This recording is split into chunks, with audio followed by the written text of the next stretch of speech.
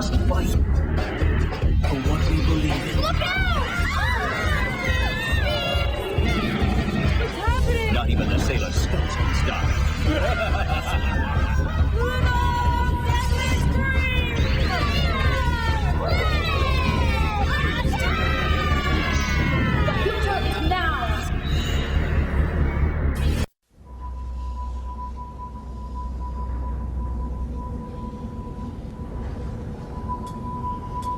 Oh, Toonami. I don't know about you guys, but in the 90s and 2000s, I grew up pretty poor. Many of my friends had access to funds to purchase anime via online stores. Yeah, we were limited during the days of dial-up. But like some of you, Toonami was considered a saving grace between Dragon Ball Z, the Tenchi series, Outlaw Star, Gundam Wing, and many more. Those of us with very limited access to anime were introduced to a whole new genre of entertainment. And unfortunately, the same can be said about anime-based video games for the Super Nintendo. While many titles were released in Japan, North America didn't start seeing any anime video games until around the PS1 and PS2 era. And that brings us to today's video.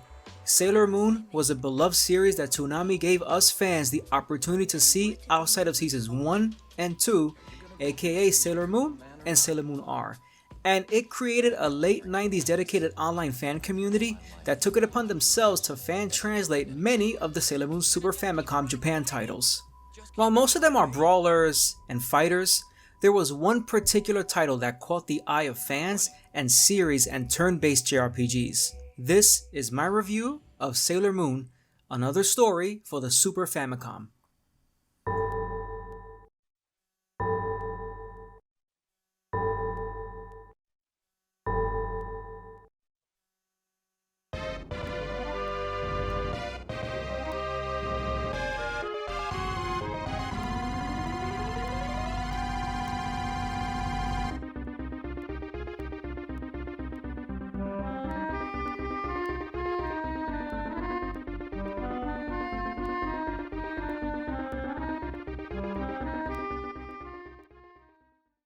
In 1995, Sailor Moon Another Story was released for the Super Famicom in Japan by a small company called Angel.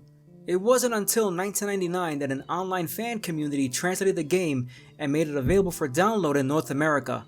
At the time, it was a rough translation, but it was a privilege for fans to finally play an actual Sailor Moon turn-based JRPG.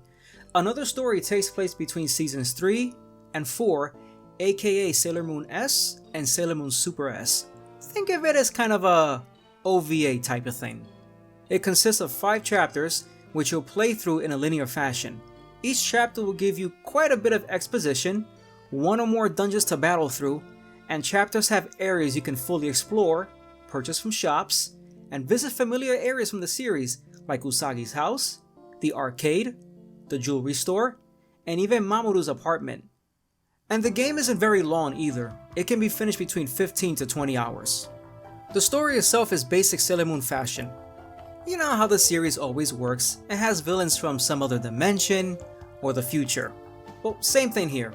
From the 30th century Neo-Tokyo, the antagonist Apsu and a group of evil Sailor Guardians called the Opposito Guardians are trying to steal the Silver Crystal so they can change the timelines in their favor.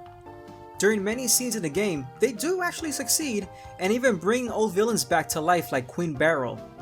There's even a scene where you get to see the Moon Princess and Prince Endymion share some moments together. Now there's obviously more to the story, but I don't want to spoil much in case you want to play the game yourself. However, there is a topic I want to get out of the way first. Because of the game's setting, Another Story is heavily focused on the fans of the series.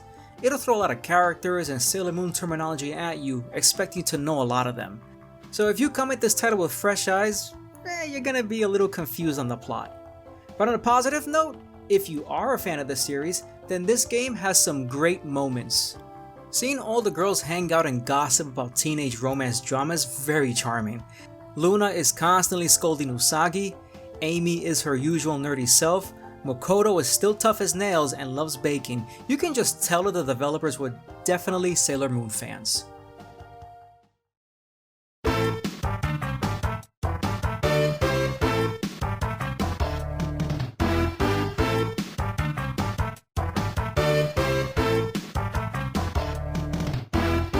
As stated earlier, Sailor Moon Another Story is a turn-based JRPG. You explore towns, purchase from shops, and you can equip each Sailor Guardian with jewelry and makeup to further their combat stats.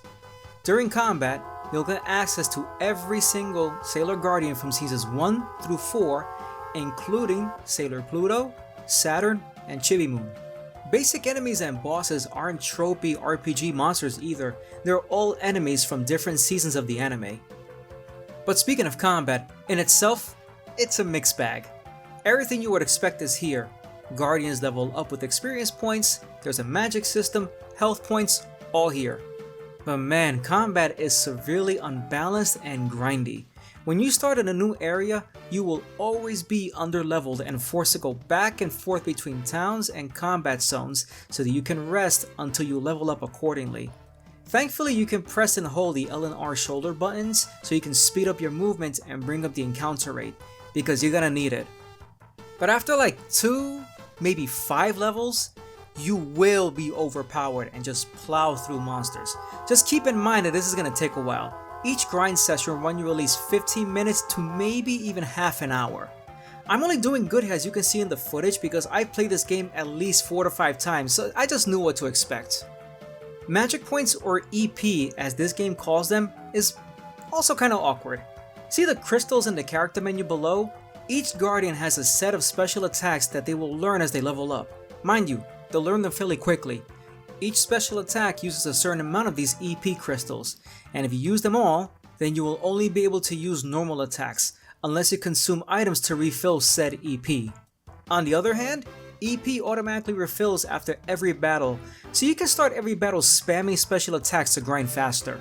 Also, since you do grind so much, you'll end up being stupid rich, so that you can purchase an infinite amount of EP refill items and almost never run out during battles. There are also characters that are way overpowered, and you'll notice from the get-go. Some of them are Sailor Saturn, Jupiter, Pluto uses Time Stop to have enemies lose many turns, and this can even work on some bosses.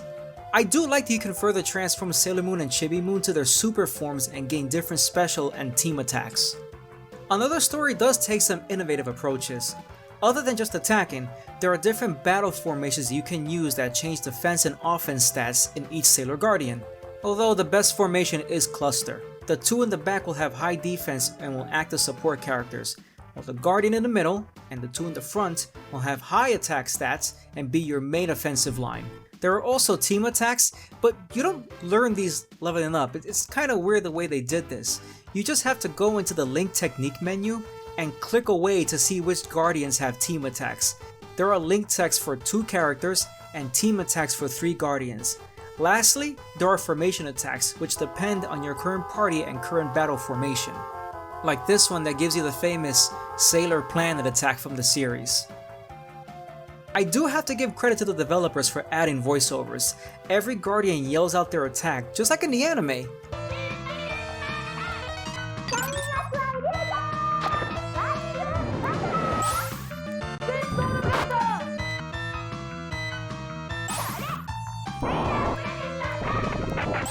And while the game mainly features an original soundtrack, it takes some musical bits from the series too. The sprite work and locations are also nice to look at. Each character is nicely detailed so you can recognize them as 16-bit sprites. The areas somewhat remind me of Chrono Trigger and The Secret of Evermore, and all have different set pieces so that assets aren't constantly reused.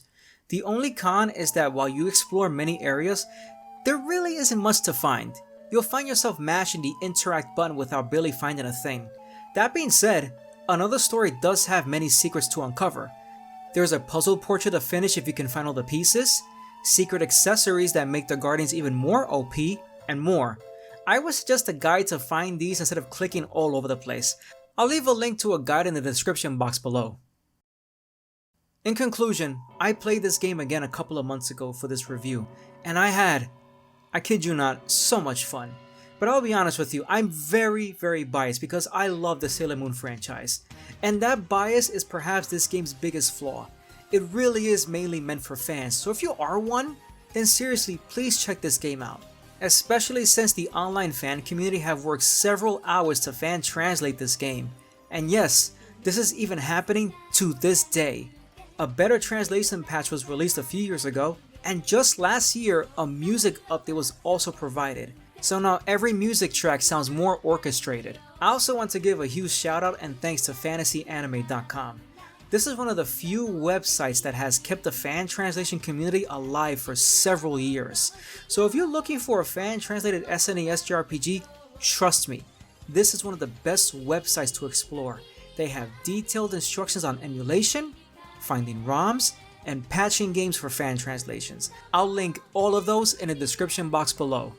And that being said, if you made it this far, then thank you so much for watching. I love the Sailor Moon anime, and I had a lot of fun making this video for all of us fans. So if you like this video, please like, subscribe, and be sure to comment below. I want to hear your experience with this game, Toonami, and just Sailor Moon in general.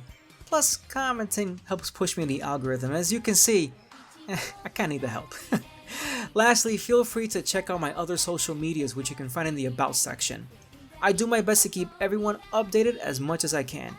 Thanks again, and have a good one. Bye now.